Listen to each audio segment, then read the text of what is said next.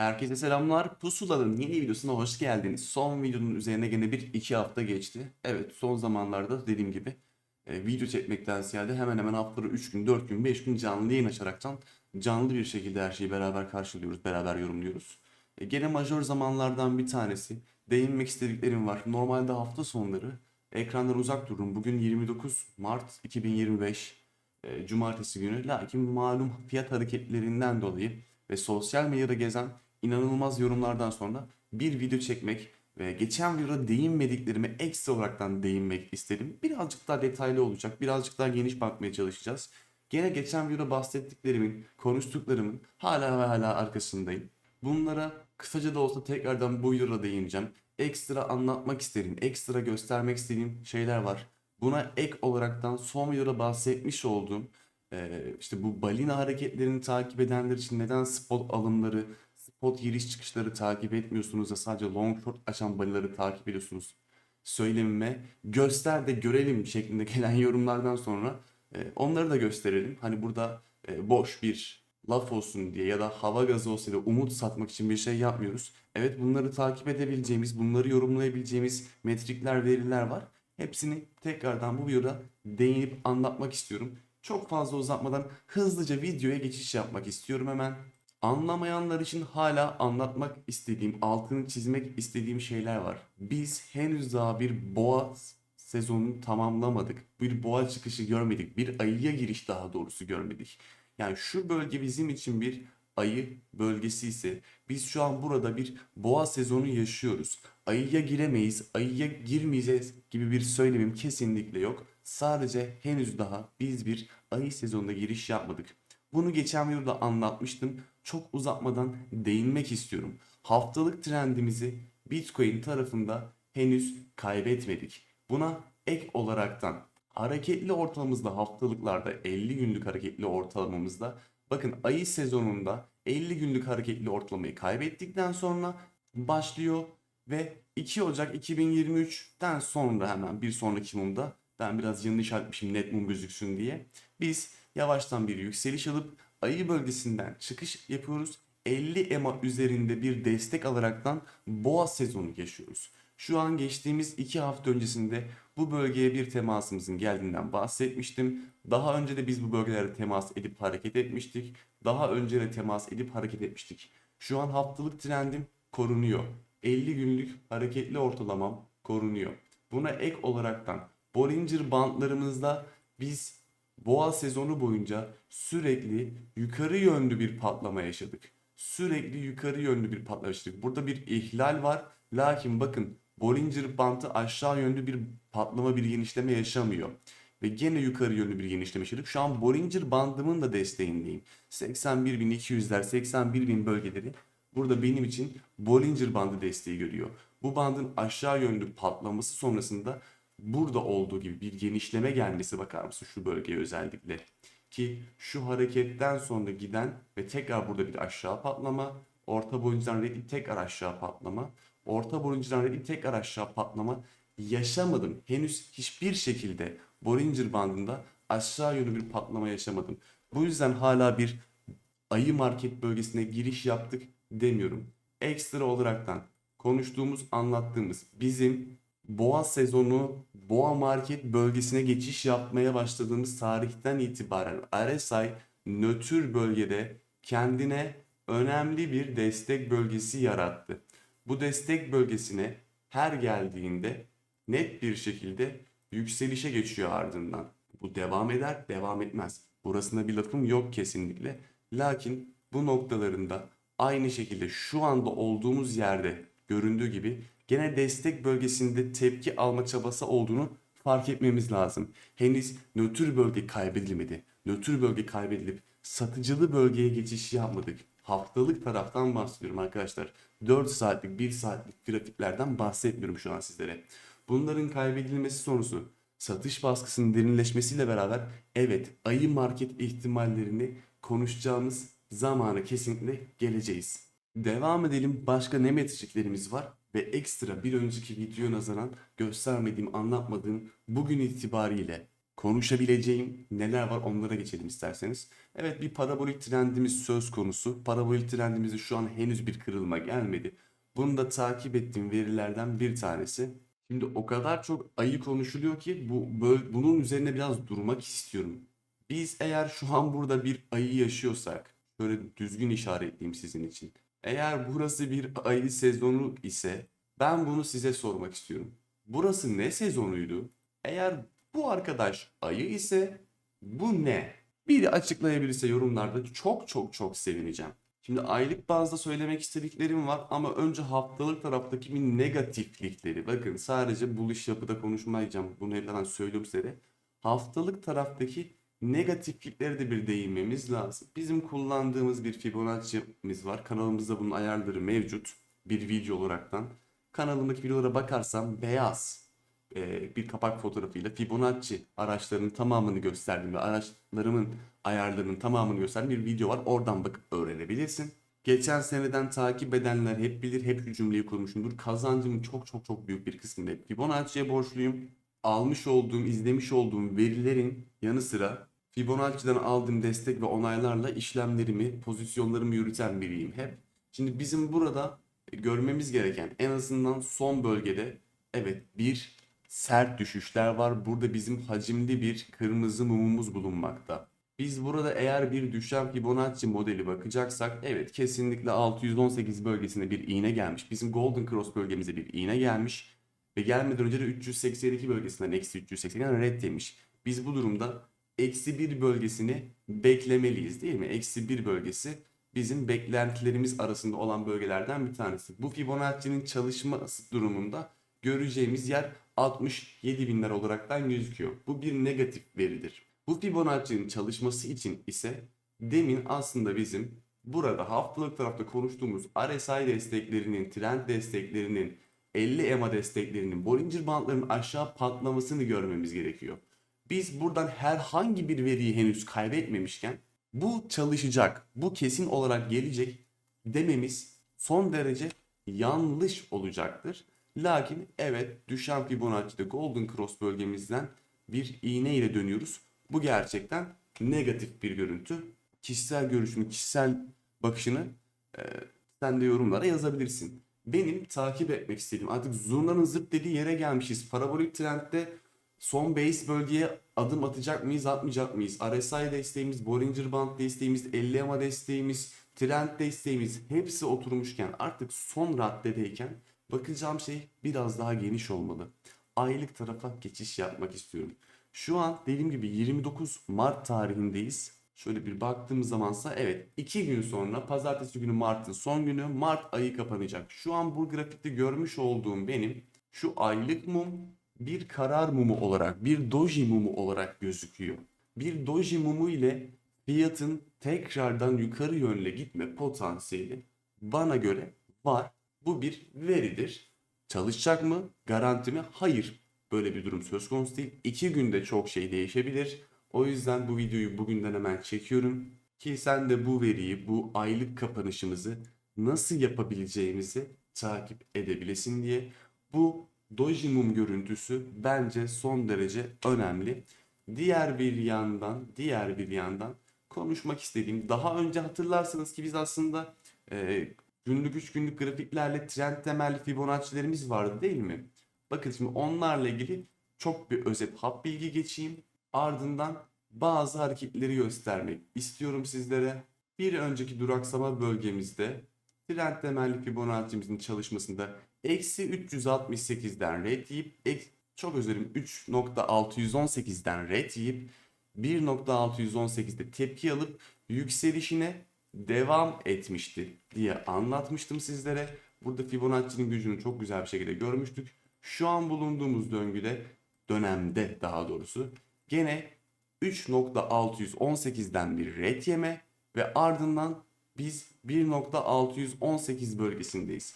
Şimdi bu bölgeyi bir işaretlemekte fayda var. Şu bölge bizim için şöyle bir işaretleyelim. Gözümüzün önünde mutlaka dursun. Geçiyorum şimdi tekrardan bahsetmiş olduğum aylık görünümdeki duruma. Biz daha önce, gene bir önceki duraksama dönemimizde, kendi Fibonacci'mizde bakarsak eksi 382 üzerinde kalıcılık yapamadık. Eksi 382 üzerinde kalıcılık yapamadık. Golden Cross bölgesine geldik ve yükselişimizi bu şekilde tamamladık. Mevcut dönemde aylık Fibonacci'miz bize ne veriyor diye bakarsak. Eksi 382 üzerinde gene kalıcılık yapamadık ve bizim Golden Cross bölgemiz aynı zamanda trend temelli Fibonacci uzatması bölgemiz ve aynı zamanda buradaki işte aylık Golden Cross'umuz demin bahsettiğim gibi aynı bölgeyi göstermekte. Trend temelli Fibonacci, aylık Fibonacci ve son iki duraksama bölgeleri ve aldığı tepkiler birbiriyle kümeleşmiş durumda aynı bölgeyi hedef göstermekte. Evet biz buraya geldik. Şunu bir kaldıralım kafamız karışmasın. Evet biz buraya geldik zaten bir geri çekilme. Fitillerimiz vardı. Fitillerimizi şu anda yataylıkta seyretmeye çalışıyor. Haftalık demeyeyim de aslında günlükte 4 saatlikte. Bu bölgeyi biraz doldurmaya çalışıyor. Burada bizim için önemli nokta 78 binler, 78.500'ler. Buranın altında haftalık ve aylık kapanışlar yapmamamız gerekiyor. Haftalık ve aylık kapanışlar. Yaptığımız takdirde zaten yüksek ihtimal biz artık 50 EMA'yı da, trendi de, RSI desteğini de, Bollinger Band'ı patlamayı da göreceğiz. Fibonacci'lerde, trend temelde de bozulmalar göreceğiz. Aylık normal Fibonacci'mizde de bozulmalar göreceğiz. Ve diyeceğiz ki evet boğa yapısının bozulması için her şey resmen tamamlandı. Lakin şu an her şey aynı bölgede. Fibonacci, trend temelli Fibonacci, RSI, hareketli ortalama, Bollinger Bandı, haftalık trendler hepsi aynı noktada kümeleşmiş destek durumunda. Fitiller, ihlaller umurumda değil, her zaman söyledim. Fitiller, ihlaller hiç umurumda değil. Kapanışlar çok önemli. Şu an fitilinden tutun ki şu ana kadar, kapanışlarına kadar her şey gayet yolunda gözüküyor. Benim Ocak ayının başında da söylemiştim, Şubat ayının başında da söylemiştim. Zaten Bitcoin için bir zirve beklentim arasında 130-150 binler vardı. Şu an bu Fibonacci'ye baktığımız zamansa eksi bir bölgemiz bizim için ilk önemli bölge 126'lar gözüküyor. Fibonacci sonucunda da 144'ler gözüküyor. Tabii ki ihlaller, aşımlar, artılar, eksiler olabilir. Lakin o görüşümü de destekliyor. Mevcut desteklerimi de destekliyor. Yani en başından beri yapmış olduğum bir plan var. Bu plana sadık kalma çabasındayım. Şu ana kadar gördüğümüz her şeyse bu plandan çıkmam için bir sebebim yok. Günün sonunda tabii ki de kazanacak olan, kaybedecek de olan benim. Sen de bu verilere bak. Sen de bu veriler doğrultusunda kendi görüşünü, kendi yorumunu koy. Çünkü sosyal medyada özellikle Twitter tarafında yeni adıyla X İnanılmaz farklı rakamlar, inanılmaz farklı söylemler konuşuyor. 60 diyen de var, 50 diyen de var, 120 diyen de var, 200 diyen de var. Neye göre olduğunu, neyin ne olduğunu bilmekte fayda var. Yani haftalıktan aylar bile baktığımız zaman verilerin ve gelebileceği noktaları 3 aşağı 5 yukarı görüyorsun. Evet haftalıkta negatif Fibonacci'miz var. Tekrardan gösterdim. Onun çalışması için önce bahsetmiş olduğum yerlerin kaybedilmesi gerekiyor. Tekrardan altını çizmek istiyorum. Bizim Mart ayı kapanışımız değerli olacaktır. Bitcoin'in bir aylık performansına baktığımız zaman Aralık ayını 2.85 eksi kapatmış. Ocak ayında 9.29 arttı. Şubat ayında çok zararda kapatmış. Mart ayında eksi 2.13'teyiz. Çok büyük bir yükselişe, çok ciddi bir yükselişe ihtiyacımız yok. Buranın pozitiflenmesi için arka arkaya 2 ay kırmızı olması, Nisan ayında pozitif getirecektir diye bir döngü bakış açım yoktur. Döngülerle hareket etmiyor ki zaten bunu en başından beri söylüyorum. Bu sene bütün döngüler neredeyse bozulmuş durumda. Burada ayı pozitif kapatmamız için fiyatın geçmesi gereken yer 84.312. Dün globaller kapandı Cuma günü itibariyle ve global kapanıştan sonra bir düşüş yaşamaya başladık. Yeni haftaya böyle aşağıda açarsak yukarıda bir gap boşluğumuz oluşacak. Aşağıdaki gap'ı alacak diyenler yukarıdaki gap'ı alacak demeyeceğine eminim. Lakin bu da göz önünde bulundurması gereken bir veriler. Tabii ki de haftada kapanmadı, ayda kapanmadı. Hepsini yakından takip etmekte fayda var. Şimdi gelelim bu işte spot hareketleri, rezervleri, balinaların ne yaptığını göster görelim diyen arkadaşlarımıza şöyle hemen alalım. CoinGlass sitesinde balans bölümündeyim. Şimdi burada baktığımız iki tane grafik olacak arkadaşlar. Bunlar bizim Bitcoin balans ve Bitcoin cüzdanlarındaki inflow ve outflow yani giriş ve çıkışların olduğunu gösteriyor. Bunu nasıl yorumlayabiliriz? Bu neye göre belirleniyor? Buradakiler tamamen ilk safhada göstereceğim bölgeler. Sarı çizgimiz zaten bizim Bitcoin fiyatımız. Balans dediğimiz şey ise buradaki borsaların şu an all olarak seçilen, kümülatif olaraktan gözükecek bize all'da seçili olduğu için. Borsaların içinde bulunan Bitcoin rezervleri. Yani örnek olarak verirsek bunu çok sık kez gösterdim. Yaklaşık Şubat ayının ortasından beri mesela CoinGlass durmadan Bitcoin alıyor. Durmadan Bitcoin alıyor. Geçelim mesela CoinGlass değil, Coinbase. Geçelim mesela Coinbase'e. Durmadan Bitcoin alan bir Coinbase var. Lakin şöyle yeşil bölge yani rezerv bölgemize, balansımıza baktığımız zaman bir azalma var. Bu ne anlama geliyor olabilir? Aldığı, Coinbase'in aldığı Bitcoin'ler kullanıcı tarafından satın alınıyor ve borsadan çıkış görüyor. Bunu nasıl takip edebilirsin? Aşağıda bir inflow outflow bölümümüz var. Şöyle hatta şu son bölüme bir yaklaşsak. Bakıyorum özellikle ve özellikle 26 Mart tarihi ve bugün de başlamış biraz. Bir Bitcoin çıkışı var borsadan. Satış demiyorum, rezerv miktarlarından bahsetmiyorum. Inflow ve outflow yani soğuk cüzdandan borsaya giriş ya da borsadan soğuk cüzdana çıkıştan bahsediyorum. Coinbase alıyor, rezerv azalıyor. Demek ki yatırımcı topluyor, spot'tan topluyor. Ardından bakıyorum outflow, kırmızı çıkışlarım var, soğuk cüzdana geçiyor. Bir balina ya da bir yatırımcı aldığı malı neden soğuk cüzdana geçirecektir? Satmayacaktır. Satmaması içindir. Peki yatırımcı kimdir? Yani düşük bakiyeli insanlara biz trader diyoruz. Çünkü onlar çoğunlukla vadeli tarafta trade ediyor. Ama yatırımcı dediğimiz kişi burada malı alır, uygun yerlerden soğuk cüzdanlarını yüklü aldığı malı soğuk cüzdanı toplar. Satacağı zaman örneğin burada olduğu gibi hangi tarihmiş bakıyorum 6 Şubat'ta 96 bin bölgesindeyken artık borsaya geri sokar ve satışını yapmaya başlar. Bakıyoruz şöyle 6 Şubat tarihinde de zaten neredeymişiz? Evet rezervlerde patlama yaşanmış. Neden? Artık giriş oldu tekrardan içeriye. Bunları CoinGlass sitesinin balans bölümünden takip edebilirsiniz. Dediğim gibi yukarıdaki sarı çizgilerimiz bizim Bitcoin fiyatı, yeşil alanlarımız. Bakacağım borsada kümülatif de bakabilirsin hiç fark etmez. Genel olaraktan borsalardaki rezerv miktarı, rezerv miktarında bir azalma varsa talep olduğunu gösterir bizlere. Borsa satmadığı sürece ki şu an biliyoruz Coinbase tarafının nasıl bir alım yaptığını satmıyor yani. Aşağıda ise Bitcoin cüzdanlarındaki inflow ve outflow'lar gözükmekte. Sarı olan bölgeler bizim için yine Bitcoin fiyatı. Yeşil görüyorsak borsaya soğuk cüzdandan bir giriş olduğunu göstermekte. Burada ben anlatırken şurası çok gösterememişim size büyük ihtimal. Şu bölge evet buyurun satışın olduğu yer. Yeşil bölge soğuk cüzdanlardan borsalara giriş olduğunu gösterir. Soğuk cüzdandan borsaya bir paranı attıysan, bir token'ına, coin'ine attıysan satmayı beklersin mantıken.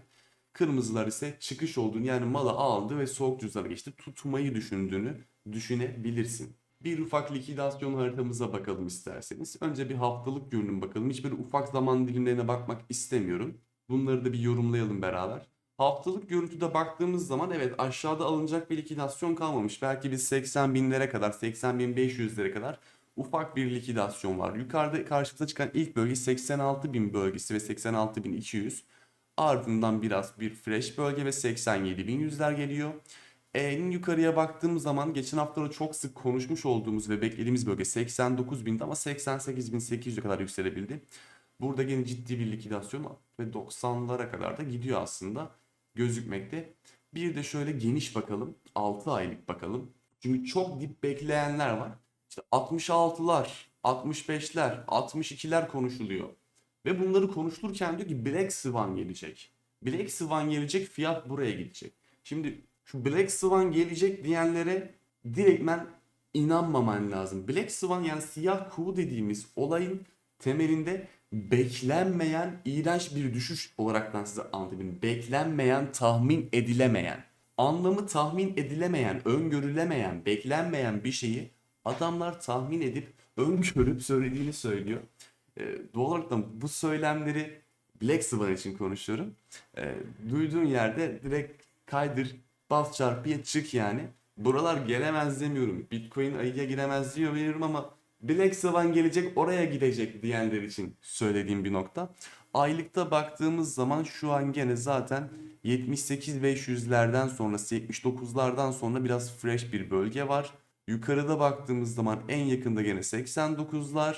100 bin bölgesi 100 bin 500 bölgesi biraz daha parlak duruyor. 5,7 milyon 7 milyarlık bir likidasyon gözükmekte. ETF'lerimize bakalım. ETF'leri biraz yorumlamaya çalışalım. Bize ne anlatmaya çalışıyorlar diye. Bitcoin arka arkaya tam 9 gün boyunca giriş gördü. Dün ilk defa çıkış yaşandı. Fidelity tarafından 93,2 milyon dolarlık bir çıkış aldı. Diğer bütün ETF sağlayıcıları izleyen tarafta oldu. Şurada girişlerin olduğu dönemde hep şu yorumu yapmıştım. Evet, girişlerin olması pozitif. Lakin bu rakamlar düşük. Özellikle BlackRock'ın aldığı rakamlar BlackRock gibi bir firma için çok düşük. Ne kadar girişlerin olması pozitif olsa da çok çok daha ilerini görmeliyiz demiştim.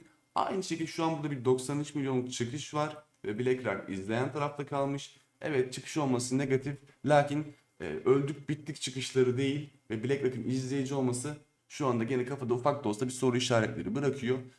Burada tabii ki de pozitifleri görmeye devam etmeliyiz. Özellikle BlackRock tarafında artık 400, 500, 600 milyon dolarlık girişler görmeyi ümit ediyorum. Bir de faiz indirimi beklentilerimiz var. Faiz indirimi konuşmalarımız var. Ocak ve Şubat aylarında sık sık dile getirmiştim. Benim kişisel bir beklentimdir. Bu Mayıs ayında ben bir faiz indirimi göreceğimize inanıyorum tarafındayım diye. Lakin şu an Fed tarafında baktığımız zaman adamlar %81,5, 81 diyeyim, %81 ihtimalle hala sabit bırakmayı konuşuyorlar. Bu kararın verilmesine daha 39 gün var. Biz burada çok daha fazla hareketler yüz. Dün burada özellikle %90'ı %10 sürekli değişmekte. Yeni gelen işte enflasyon verileri, işsizlik verileri, PMI verileriyle burada hareketleri görmeye başlayacağız. Powell tarafı, biliyorsun Powell çok enflasyon takıntılı bir arkadaşımız. Enflasyon beklentileri istediği yere gitmediği sürece de bunu sürdürmeye çalışıyor. Lakin sıkışıp sıkışıp böyle son raddede 25 bas puan yerine 50 bas puan gibi bir indirim yapması durumunda da bu sefer e, ekonomide bir resesyon korkusu daha da şiddetleneceği tarafındayım. Çok geç kalmadan artık Mayıs ayında bir ilk %25'lik, pardon, 25 bas puanlık indirimi görmemiz gerektiğini düşünüyorum. Global tarafta evet, ekonomide küresel olaraktan bir kriz var. Gümrük savaşları, ticaret savaşları mevcut. 2 Nisan tarihinde artık Trump'ın bu tarifeleri, etkilerini çok daha net gösterecektir. Bu tarih yaklaşmasıyla beraber Çin tarafında bir yumuşama geldi. Trump tarafında ufak da olsa bir adım geldi. Trump birazcık da Avrupa Birliği tarafına şu an çok kafaya takmış görünümünde. 2 Nisan'da neler olacak, neler bitecek, bunları gözlemlememiz gerekiyor. Bunun etkileriyle bu faiz indirme ihtimalleri nasıl yansıyacak? Özellikle 28 Mart Cuma günü, yani dün, Nasdaq, S&P, Dow Jones, Çin borsaları, Japon borsaları hepsinde bir çöküş oldu. Hepsinin çöküşü sırasında gerçekten tüm grafiklere özellikle baktığım zaman Bitcoin tarafı en iyi direnen taraf oldu. Bir ayrışma çabası var. Umarım ayrışır. Şu an pozitif bir korelasyonla beraberiz biz. Özellikle ABD borsaları tarafında. Bunu bir yanlış hatırlamıyorsam tarihte biz ikinci ya da üçüncü kez yapmaktayız. Her zaman pozitif korelasyonda bir gidecek diye bir durum yok. Daha önce çok kez ayrıştı. O düşerken biz çıktık, biz çıkarken o düştü vesaire durumları oldu. Bunları da görme ihtimalimiz var ama bu bir ihtimaldir. Şu an pozitif korelasyondayız. Yani global verileri, global ekonomiyi takip etmemiz lazım. Daha önce çok kez anlattığım bir kararsızlık dönemindeyiz ve gerçekten benim gördüğüm şu ana kadarki en iğrenç kararsızlık dönemi, en iğrenç belirsizlik dönemi. Bu bir geçiş dönemi. Burada artık yükselişe devam edecek miyiz? Yoksa artık biz buraya kadar deyip bir ayı sezonu geçiş yapacak mıyız? E, Çok az kaldı bunu öğrenmemize. Artık Nisan ayında yön bir tık daha kendini belli edecektir diye düşünüyorum. Benim beklentim pozitif doğrultuda, çünkü şu an majör desteklerimin hepsinin kümeleşmiş olduğu noktalarda hareket ediyorum Bitcoin'de. Ki kriptonun kalbi Bitcoin'dir. Bu bir gerçek. O yüzden henüz de pozitif düşüncemi kaybetmedim. Verilerdeki destek bölgelerimdeki metrikleri kaybetmeyle beraber yavaş yavaş tabii ki görüşümü değiştirip plandaki değişimlerimi ben de yapacağım. Ama şu ana kadar benim için negatif bir senaryo yok. Ya bunu özellikle şuradan bile konuşabiliriz bence. Küçük zaman dilimlerinden örnek verelim. Dün biz artık bu low time frame'deki işte bölgeyi kaybetmeyle beraber küçük zaman dilimindeki bu iş yapıyı da kaybettik ve bir anda ayıya girdik diye konuşulmaya başladı. Lakin şurada %15 yükselirken hiçbir sorun yoktu. Kimseden gık çıkmıyordu. Burada %7 düşünce bir anda 4 saatlik grafikte yani gene ayı söylemleri başladı. Bu bölgenin kaybedilmesi gerçekten benim için de LTF'de negatif bir görüntü olsa da geniş yapıda orta ve uzun vade beklentilerimde değişen bir şey yok. Kısa vadede zaten normal trade'lerimi, vadeli hafta trade'lerimi atmaktayım. Yatırımlarım için tabii ki de uzun vade metrikleri takip etmeye devam ediyorum. Canlı yayınlarda bana sık sık söylenen ve sosyal medyada da gezen evet M2 tarafında bir artış var. Evet hep şu konuşuluyor. Bitcoin genelde, kriptolar genelde M2'yi bir 80-90 gün geriden takip ederekten ona eşlik ediyor. Yani bu bir döngü müdür, bu bir veri midir? Tamamen sana kalmış. Ben zaten döngülerle hareket etmeyen bir insanım.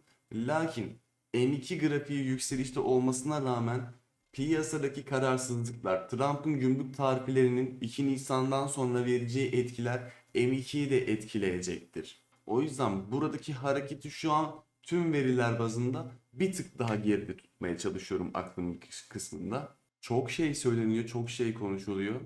Çok tepe noktalarda hedefi olanlar da var, çok dik noktalarda hedefi olanlar da var. Veri göstermek, veri konuşabilmek lazım. Birçok metrik var. Tabii ki de herkesin görüşü, herkesin beklentisi ayrı olacaktır. Ben gördüğüm, takip ettiğim ve kişisel görüşümleri desteklediğim verileri sana göstermeye çalışıyorum burada. İlk defa beni görüyorsan senden ricam bir önceki videoma da bak. Çünkü orada da anlattığım şeyleri burada bir kısmına değindim. Bazı dönemlerdeki tutumların benzerliklerine, tutumlardan kastım, benzerlikten kastım, temel taraftaki haber akışına, fiyat durumlarına, olumsuzluk ve negatifliklerin aynılarını birebir yaşadığımızı anlattım. Bir dönüp bakarsan ve ardından bu videoyu izlersen aslında çok daha güzel olurdu. E, Ardından ben sana şunu söylüyorum. Benim görüşüm bu. Bu doğru olan değil demiyorum. Bu benim görüşüm. Sen beni izlersin, anlattıklarımı dinlersin, kendin araştırırsın, başkasına bakarsın ve bir kendi duruşun olması lazım her zaman piyasada. Bir planın olmalı. Bir yeşilde boğada değilsin, bir kırmızıda ayıda da değilsin. Bu böyle bir süreç değil. Biz bir boğa sezonundayız. Benim beklentim son bir rally koşusu daha bekliyorum. Son bir yükseliş koşusu daha bekliyorum. Senin de bir görüşün metriklerle, verilerle muhakkak olmalı. Telegram kanalımız var. Tamamen ücretsiz, hiçbir ücret kanalımız yok. Aşağıda açıklamada linki bulunmakta. Tıklayıp gelebilirsin. Burada da sık sık haber akışlarını, grafikleri ve duyurularımızı paylaşıyoruz. Bunun dışında bana destek olmak istersen yapabileceğin şeyler çok basit. Beğeni atabilirsin, kanala abone olabilirsin, yorum bırakabilirsin. Daha mı çok destek olmak istiyorsun? Ben işlemlerimi Bitget ve Wix borsalarında yapmaktayım. Bunların da referans linkim aşağıda mevcut. Bu linklerle kayıt olup işlem yapmaya başlarsan bana destek olmuş olursun. Bugünlük anlatacaklarım bu kadar. Bir sonraki video ne zaman gelir inan ben de bilmiyorum. Ama hafta içi sürekli canlı yayınlardayım. Abone olup da bildirimleri açarsan sen de canlı yayınlara yetişebilirsin. Hem piyasa analizimizi hem global analizimizi yapıyoruz. Yayının sonlarına doğru benden istediğiniz altcoin'lerin analizlerini yapıyorum. Mutlaka seni canlı yayınlarda görmek isterim. O zamana kadar kendine iyi bak, hoşça kal.